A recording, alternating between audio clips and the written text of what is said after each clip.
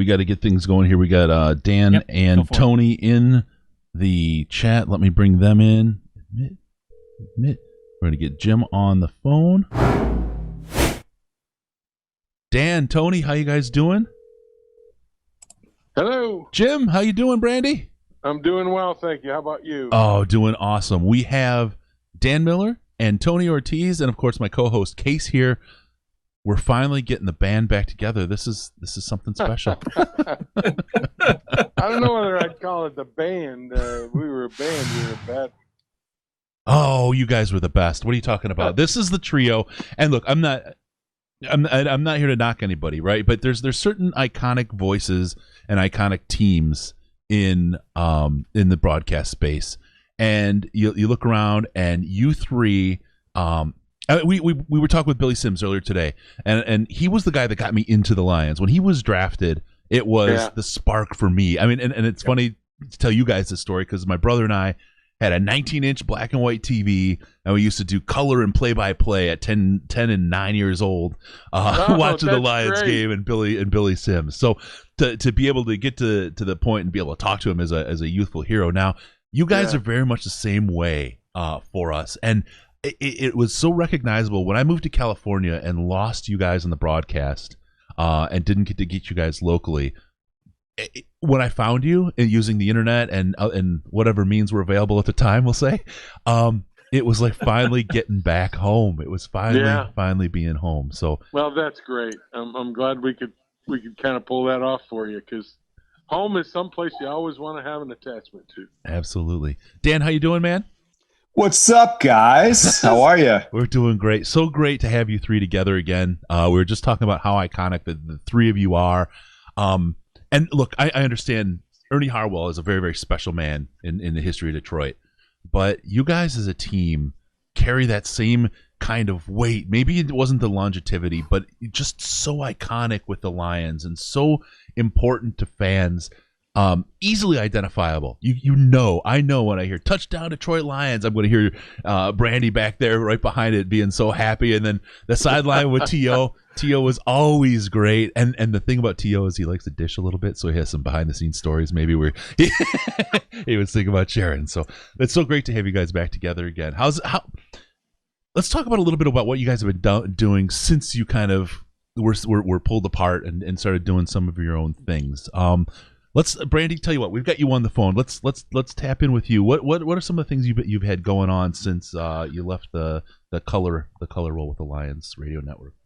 Well, I still got University of Michigan football, so I'm doing broadcasts with University of Michigan football, and I'm moved over to Dan Miller's area of play-by-play with my partner Dan Deerdorf as the color announcer. So I'm still involved in broadcasting. I'm still doing University of Michigan football, and I can't tell you how important it was to me. Jim, we lost the call. We'll get him back. Okay. It's the talent. Some things haven't changed. No. Hello? Did I just go off? You did. We lost you just as you said how important it was to you, Jim. You're just getting to the good part of the story where you're going to talk about Dan. Actually, Brandy was talking too long, and I gave him the sign, which is this. And Brandy, you know what sign I'm giving you right now. I can see you doing it, and I'd like to do it right in front of your face, too. So we would be in the middle of a game. University of Michigan football play-by-play. I love it. Working with Dan Deerdorf has been great, an old teammate, friend of mine. I do miss football. I do miss the Lions, but most importantly, I miss Tony and Dan. That's what I miss most of all on Sundays is getting to chat and talk with my friends and be involved in a game with them. So if I've got one regret about not doing Lions games, it's the fact that I don't see those two guys enough. Yeah. No, we had fun. We had a great time. And obviously, when I came in from Mark, it was these guys accepting me and helping me, which was huge. And it was just it was so easy to go to work. I mean, we had so much fun. I mean, it was laughing. It was the Saturday night dinners. It was all that stuff and just great memories. And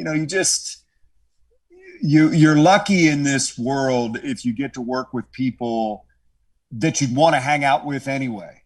we were lucky enough to do that. And, you know, I've been truly blessed in that regard. You know, Sunday morning, spending the time with Wojo and Killer, or Wojo and Jamie, or, you know, Wojo and Birchie now, and then go up to the booth and work with Tony and, you know, and Brandy and Al and Mike and Joe. And it's just, we know that it's a great job, but we also know that it's a great job that you get to work with great people. And Lomas, as you all know, they don't come any better than Lomas when it comes to being a guy. So it's just been, it's all just been an amazing journey for me.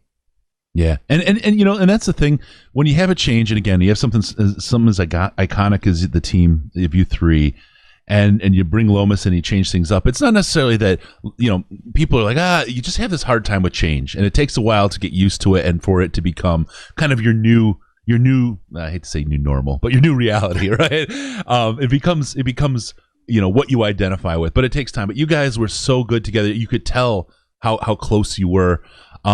Tony, I want to see, and I know you were talking a little bit about getting some pictures, some stories or whatever, but I know you've been real busy hanging out in the gutters with Risden and I on Fridays doing our game previews.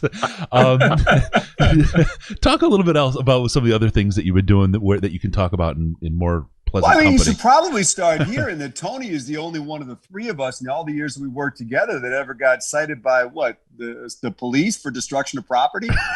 That never happened to me, never happened to Brandy, but Tony, I'll let you take it from there.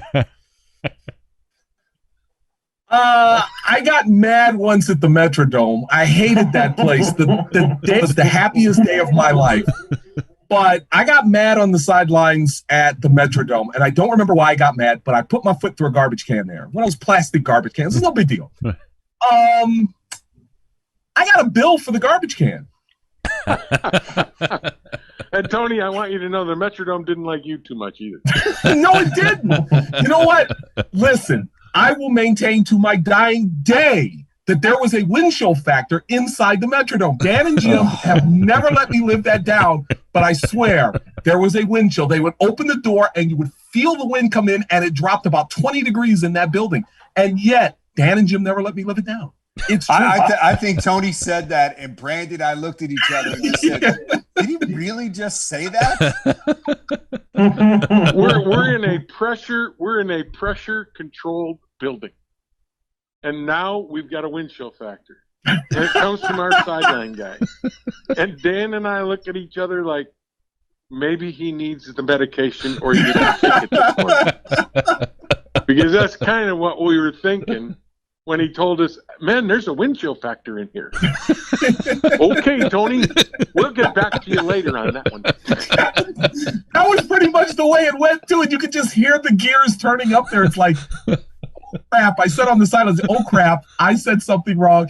Al, who's our producer, Al Rosenberg, was cracking up in my ear. And at that point, I knew I was in deep doo-doo because Al never laughs. Oh, okay. Al never laughs. Sideline stuff, Dan and I can confirm this, that we used to check with Tony, and Tony would know on the bus ride to the stadium on road games who the network sideline reporter was. Yeah. and he had his favorites. Tony, go ahead. Give him your top 5 network sideline reporters. Well, I know who number 1 on my list is. It was Carissa Thompson. Absolutely. I love Carissa Thompson. Every time we did a game and Carissa Thompson was there, Miller and I got out of Tony's way. Because, first of all, he was on the sideline at 8 a.m.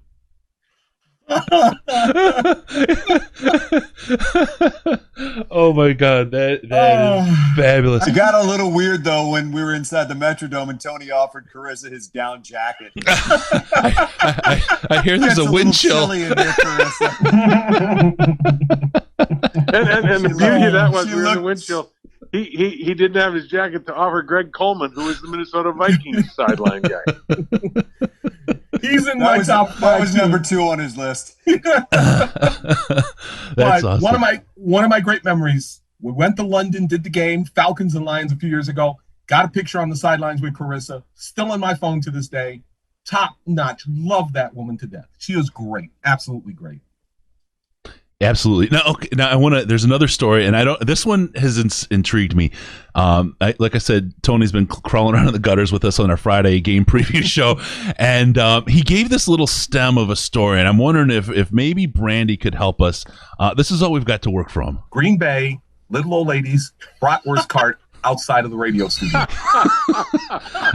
This is one that's had me just stumped. I can't put two and two together, so I'm hoping Brandy maybe you can help. Before NFL football went to the corporate structure for their press box food people, we used to go to Lambeau Field, and I would come in on a Sunday morning after doing a Michigan game, and usually my connection got me to the airport at like 10 a.m. and I'd take a cab, and I'd get in there at about 10:30. We're going on the air at like 11 a.m. To do our pregame. So I walk in the door, and they are the old press box was serviced by a bunch of local volunteers.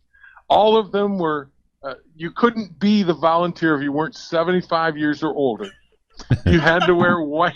You had to wear white net hats. You had to cook the best brats with the love and care of a woman that would steam them in sauerkraut and then steam the buns so they were soft. And when I would walk in the door, I would say, ladies, you have the best bratwursts in the entire National Football League, and I've been to every stadium. And then I'd walk in and do the game.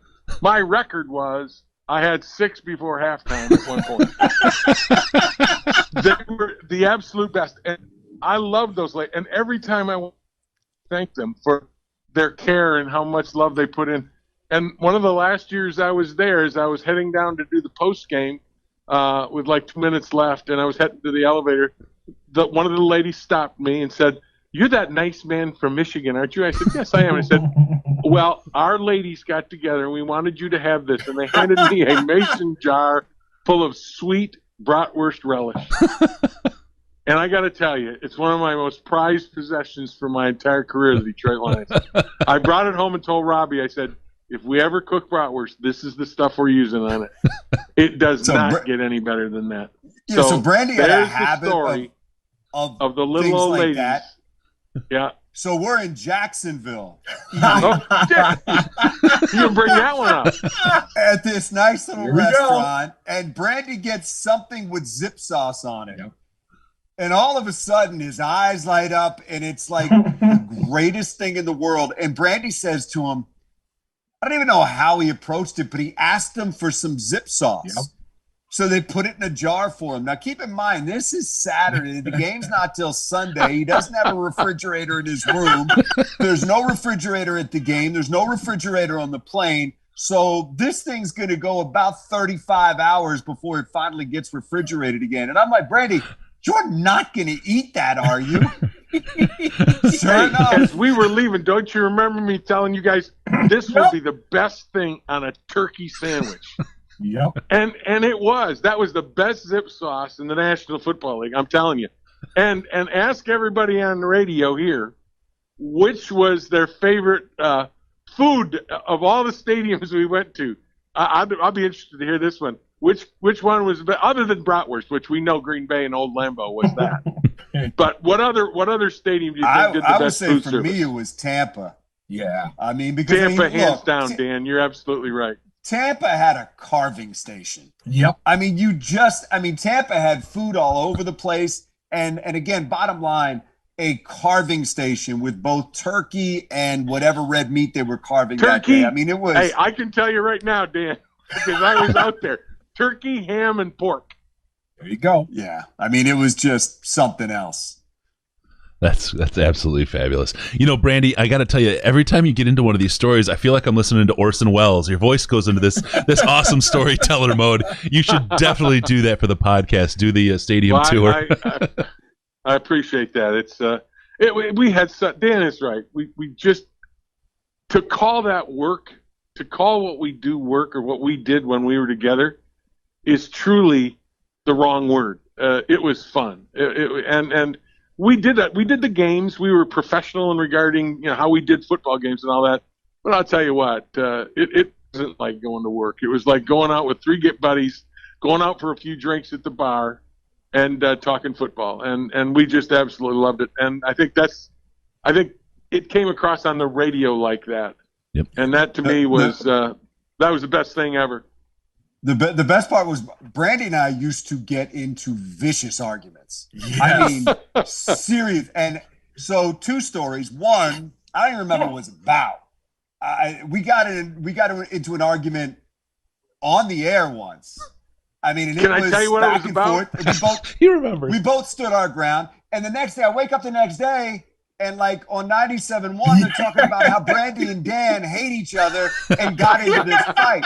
That was one of them. And then the other one was before a game one day, we're getting into it. I mean, we're yelling and you know, every word in the book back and forth. I mean, understand, this is like brothers. I mean, this is all with love, but we're MFing each other and everything else.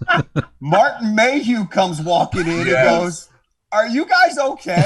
My wife and I are next door, and we're wondering what's going on in here. And I'll tell you this. I think, to be honest with you, and I know Tony was down listening to us, and he knew what was going on. But the one argument we got on the air was fun. It was about Dan was going on this. Well, this is a must-win game, and I went, every game's a must-win game. Yes. We went after each other for about 2 or 3 minutes, and I go, well, Oh no! All right. But you're going to go up and play a game, and all of a sudden you say, we don't have to win this one. You're going to just let it go. But this one all of a sudden is a must-win game. Well, Dan came back and hit me with his argument. We did for I loved it. It was great fun, and I think it was great entertainment for the radio. And then the next morning, both of us get calls like, are you and Dan okay? They actually asked me on the air, are these guys getting along? Do Dan and Jim not like each other? I'm like, no, that was just what they did. I'm sitting there listening to these two cracking up on the sidelines, and people are looking at me like, what are you laughing about? These guys were hilarious with this fight. I loved it when they got into it.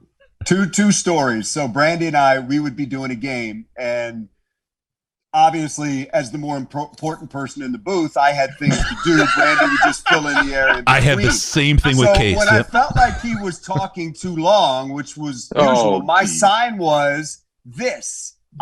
He's down to my right, so I would reach down to my right and do this right in front of his face. Just tell him, shorten it up. So then invariably he would stop like a good soldier taking an order. And like then, a good second banana. So then when I would start talking, he would reach across the booth and go like this to me. And get my face and do that, like go back. He was so angry. The other one was, and this never happened. We were in I believe it was either San Francisco or Oakland. I don't remember which one. And all of a sudden, Brandy, how did we find out that one of the assistant coaches was pissed at us because they thought that we said that Dante Culpepper had come in the game, and they accused us that they heard coming out of our booth that we said that Dante Culpepper sucks. Yeah. Which never came out of our booth. Nothing remotely like that. And then I think it was Schwartz called us, Brandy, and wanted to know what was going on, right? It was Schwartz that asked us, were you guys bad-mouthing Dante Culpepper on the air? And Dan and I looked at each other like, what? And it was like one of the assistant coaches who were in the next booth heard you guys say Dante Culpepper sucks. And we're like, what are you even talking about? First of all, Brady, was it San Francisco? Was it Old Candlestick or was it Oakland? It was Old Candlestick. Yep. Okay, so the Old Candlestick. So it's like this weird configuration. Our door was open, but there's people everywhere in there, and I'm like, look, somebody might have said it, but it wasn't us. and Dan and I are talking about this on the plane ride home from San Francisco, and I'm sure we lost the game, but we're talking about it, and I finally said to Dan, I said, first of all, Dan, let me just say this. If their assistant coach from the press box is calling down to the head coach and saying to him, your announcers are bad-mouthing your quarterback, then I'm getting a new assistant coach. Because he should be watching the game. What's he listening to me for? And let me say this. Schwartz was great about it. He asked us about it. I explained it. I probably over-explained it because it was like, are you kidding me? And he was like, don't worry about it. Done and gone. And he was great about it. Yeah. But it was a weird thing to have that come up and somebody just out of nowhere, kind of like an assistant coach heard you say that. And we're like, what? Well, and it's the only time in my entire career, college, football, pro, anything, that I ever heard a coach get word of what was going on in the broadcast booth from his coaches that were up in the booth next to us. That to me is like unbelievable. And I'm glad Dan brought it up because that was truly one of the real remarkable moments of broadcasting Lions games. That one, talk about coming out of left field. That came out of left field at the Everglades in left field. All right, really quick, I do want to hit the St. Jude. We're here for St. Jude, raising money to help kids with cancer. We're calling it the Christmas for Kids. We're going with a 24-hour broadcast live stream right now. We're Case, what are we in? We're about 7 hours in now. We're almost 8 hours. Almost 8 hours. Almost a third of the way through. Great guests all the way through. These guys are the best. Absolutely great to have Dan and Jim and Tony on. You guys are, like I said, such an iconic duo. Folks, make sure you get, part with a couple bucks. Head over to stjude.org/DLP. They'll take 100% of your money if you let them. But it's a great place to send your money. We're shooting for $25,000. We're cracking over $1,000 an hour so far. Thank you all for donating. If you haven't, or even if you have and you want to give a little more, again, stjude.org/DLP. Thanks so much, all of you, for taking part. I really appreciate you guys giving me a chance to rest my voice. No, what you guys are doing is amazing. Yep. Look, anybody that has ever read or heard anything about St. Jude and the work that they do and the children that they help and the families that they take care of, and the fact that, oftentimes these are families that would not be able to afford the care that they get from a place like that, and they get no bill at the end of it. Yep. And these guys were with me. I think at the time when my daughter was diagnosed with a brain tumor, which thankfully was benign. We caught it early and she got it out. But I just think about if we weren't in a position to be able to take care of that quickly, yep. You would understand very quickly how important something like St. Jude is. So yeah, what you guys are doing is off the charts. Well, thank you. Thank you. We just had in the 3:00 hour, a friend of mine and my son and his son played soccer together. Dear friend, great guy. And we talked about how his story is one, this is like the perfect family, great in the community, go do the church thing, the whole thing, just a great, wonderful group of people. And their son had wound up with lymphoma, and it took him forever to get to a diagnosis. He's cleared now. He's in good shape, but it took a long time, and it's a tough road. It's tough on parents. It's tough on kids.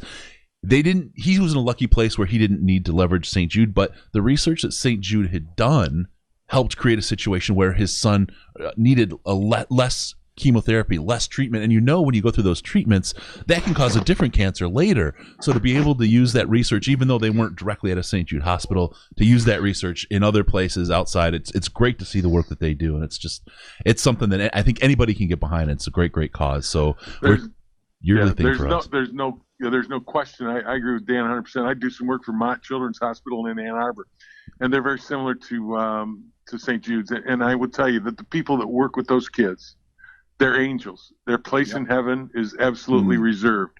And any help you can give them in any way, you're doing a great thing, because they're doing so much great work with these young people. They didn't do anything to get sick, but they're there, and they give them the most amazing care.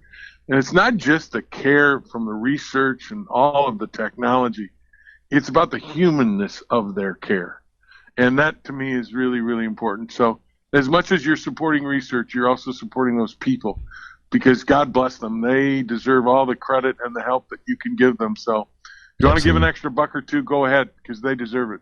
So you're doing stuff in Ann Arbor? That seems strange. Yeah, okay. I didn't know you traveled there that much. Yeah, I go to Ann Arbor. We do University of Michigan football every week. And believe it, and here's one for you. First time I've ever done a game in Minneapolis from the press box in Ann Arbor. Oh, wow. Interesting. Well, Dan's doing the same thing. Yeah. Nobody's traveling these days. We're doing all of our games are coming from Ford Field. I'm calling the game off the TV 65-inch TV and a couple of different monitors, and that's 2020, man. Wow, that's crazy. And the only thing I miss about it is that I wish I had a 55-inch full-blown screen camera of Tony Ortiz on the sideline with Carissa Thompson. Then my broadcast would be. So does Tony. Tony would never leave the screen. Tony, we're going to explore this on Fridays, just so you know. Maybe not. What do you think, Tony? What do you think? A 55-inch screen of Tony. Dan, would that have been? Boy, we would have had problems with that one, wouldn't we?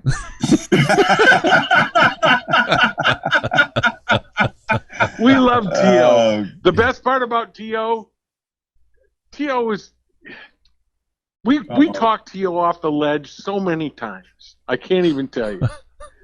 There were times that T.O. would come, I don't think they like me, and I don't think of this. And I said, shut up. You're doing NFL football. Hang on a second, baby. I didn't know we were going to go here, but since you brought it up, there were times. Literally 9 out of every 10 times we got on the plane, Tony would plop down in his seat and say, "That's it. This will be my last game." This one. I mean, seriously, at the end of every season, he'd say, I don't think I'll be back, guys. And I would just look at him and go, just stop. Just please stop. Jim got the brunt of it because we were seatmates. We would sit next to each other in the plane, and there was a seat between us. And then Dan would be up in front of us, so he sometimes got it too. I'm not exactly what you'd call the most confident human being in the world, but really? Tony, come on. There were times when these guys did talk me off the ledge. I saw the Spider-Man picture. You had to have some kind of confidence to put that on. I'll tell you what. That and alcohol. You know what? When we started doing it and Tony started doing this stuff, that's when I found how important my little nook was. Because I'm sitting there and when I wanted to turn Tony off, I opened my nook and turned it on and start reading a book. And Tony finally stopped telling me they were going to fire him next week. When a game would end and I would get on that plane, the headphones went on immediately, and it wasn't for Tony or anything like that. It was just like you were so immersed in everything Lions that it was therapeutic to not have anything other than whatever it was. I remember we were doing preseason, and Matt Shepard was doing a preseason games, and he said to me, he goes, after a game, I like to sit on the plane and talk about it. You just put your headphones on. I'm like, 100%, dude. I am out after that. Absolutely. It was like we used to get so involved. I'll never forget. For me, it was about not getting mad when the call in Chicago on Calvin Johnson when they took the touchdown away. This is the only time I ever thought I was going to get called on the carpet by the National Football League. And it's the closest I've ever come to using a curse word on the air. But when they ruled that it was not a catch, I stood up and I started walking out of the booth. And I still had my headsets on, so I had about 6 inches left before they basically were torn off my head because I left. I said, I hope the NFL is proud because the Lions got hosed today by the league. Thank you, Roger Goodell. And I literally, my headsets went flying. I took off out the back door to the elevator, and I stomped around the bowels of the Soldier Field to the locker room, knowing I had to go and talk to Calvin about one of the most egregious screw-ups in National Football League officiating history. I think we have a little bit of that. Let me see really quick. We like to keep our stuff around. Really? Let's see if we got. Ladies and gentlemen, your Detroit Lions just got hosed. That's awesome. That is, but I'm surprised I was that calm. That's one we've kept around for a long time. Yeah, and it's so handy. It's such a handy drop. Well, I'll tell you what, that one, you know what? That one left the mark. Obviously, it's 100 years later now, and I'm still remembering it. that one just never will go away for me. With the same passion. I mean, I can feel the heat, but it's real. And you guys, part of what you've done is not just call the games, right? You take the role of like a beat writer who very much has to be a little disconnected, has to really take that kind of straight road, never too high, never too low on the team, and just report what it is. But you guys are there, and part of it is to play the role, especially for the home team, to play a bit of a role of a fan support role. And there's times it's hard when the team is doing bad, and those tough years and the lean years, it's a hard job. I mean, it takes a lot because there's a little bit of you that it's hard to come in on loss number 13, knowing things are bad, knowing it's a tough time. But you guys come in there and you help people stay interested, and you still deliver a powerful game, and people feel it. And that's the thing that, like, Dan, it's been 4 years. We know to the day since the pack the bags, hit the plane, get out of here thing. It's been exactly 4 years since that call. Iconic. But those things stick with people, and you guys not only tell the tale of the game, but you tell the tale of the team, and it's really like riding with your friends on this journey through the season and the seasons of the Lions. And for Lions fans, we are blessed to have had you guys because, as you know, it's been a lot of lean years, a lot of tough years, and to have anything less than you guys to carry the torch for us during that time would have been quite difficult, just to say the least. We were blessed to do it. Yeah. Go ahead, Dan.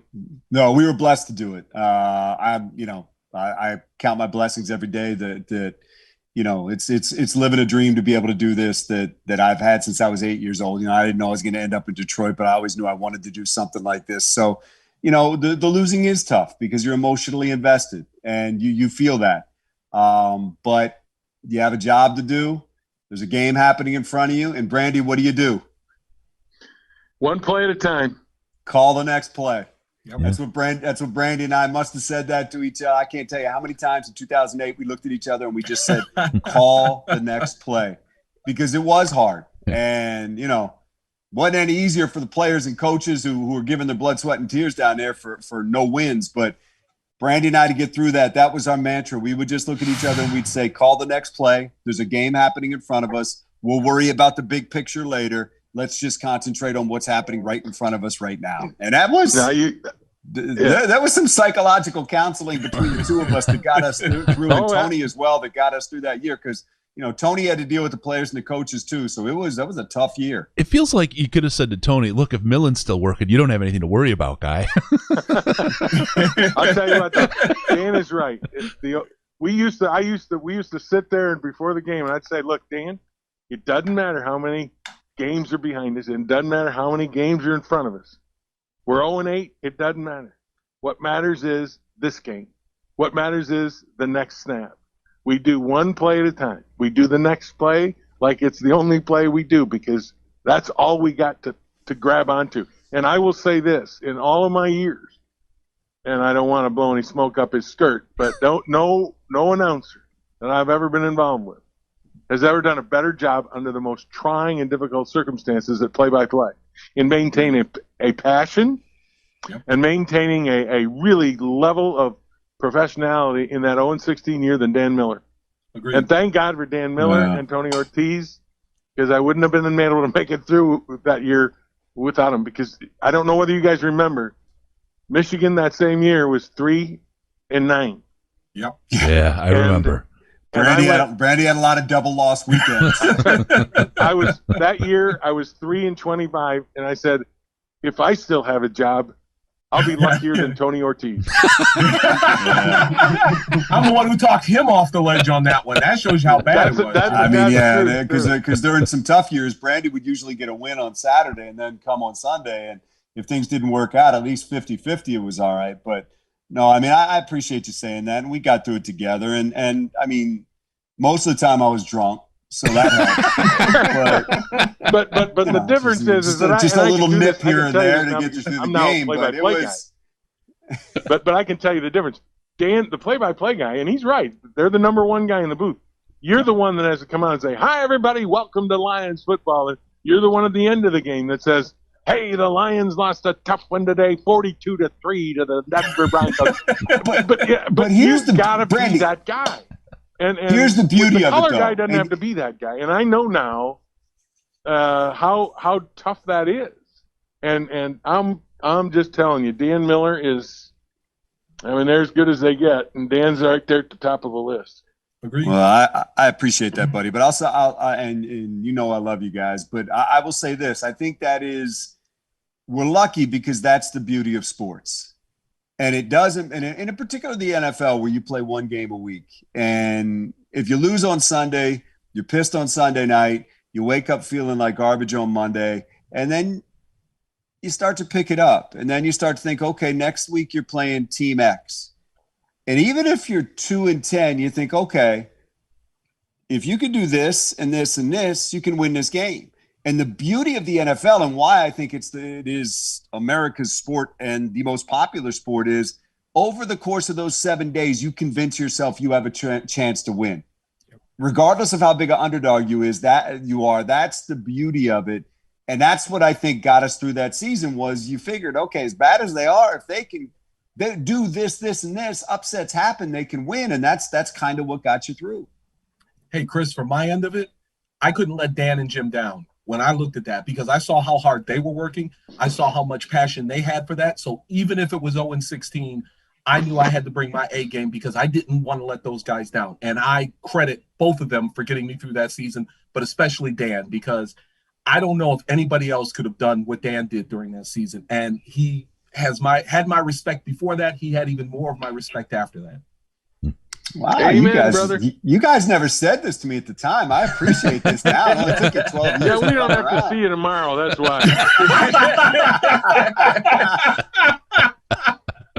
Oh man, that's great, guys. I hate to do this, but we've eaten more time than we said we would, and you guys have been so generous. You always are. I don't want to abuse your time and your generosity to help us and entertain folks through this time. Entertain us. You guys have been great. As always, thank you for everything you've done. You guys will forever be in memories as no matter how the Lions did is some of the best Lions games I ever listened to, and there's been hundreds of games that I've listened to that you guys did. I made sure to tune into the radio. We had a big thing early in the podcast where we had people tune into the radio and sync it to their TV just to get a decent broadcast going while they were trying to watch the show, because you guys are just that special and that good. So thank you for everything you've done and given to the city of Detroit and fans, and you continue to do both with the Michigan stuff, with your work at 97.1 and WWJ, and with us too, Tony. I mean, you're so great with that. And then Dan over there at that Fox affiliate. Thank you so much. You guys do great work, all of you, and we're absolutely happy with to be able to have you as treasures in our city. Thanks for having us on. This has been a treat for me anyway, and get back with the old gang. I loved it. Thank you so much.